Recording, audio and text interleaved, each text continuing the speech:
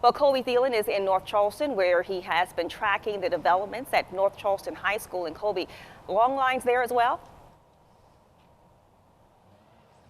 Hey, Octavia, well, you're looking at it. There's no lines here, which was so surprising for us when we showed up on scene because, as you mentioned, we've been hearing reports about long lines all over the low country, but as you can see right now, there's actually nobody out here. We even looked inside the window. It looks like the lines are very short inside there as well. Now, we talked to the executive director of the Charleston Election Board, and we asked him if there was any issues with voting machines across the county. He said there's been no issues with voting electronics machines, but he said that there were some issues with the actual registration and sign-in machines at one of the polling places in West Ashley. So people have been signing in by hand. That's caused quite a delay there. Here, that has not been the case. And I'm actually being joined by a family right now that just left voting. This is Jake and Shannon and Sarah. Now, Sarah, I know you're not quite old enough to vote, but for you guys, you know, from start to finish, how long was this process voting here? Oh gosh, maybe 15 minutes?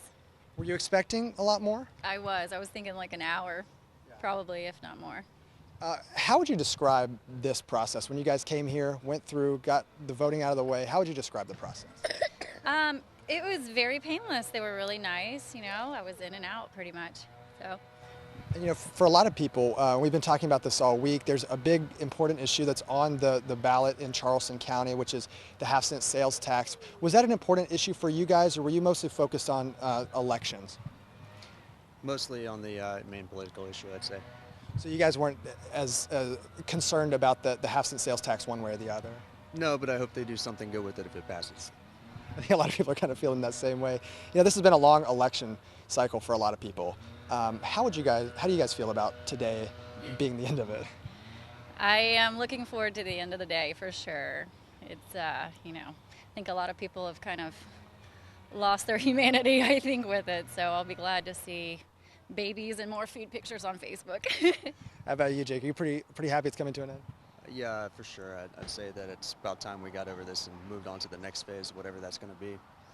Jake, Shannon, Sarah, thank you so much. And guys, we're going to have full election coverage all day long. So if you want to tune in at 5 o'clock tonight, 6 o'clock tonight, we've got some more people exiting the polls right now.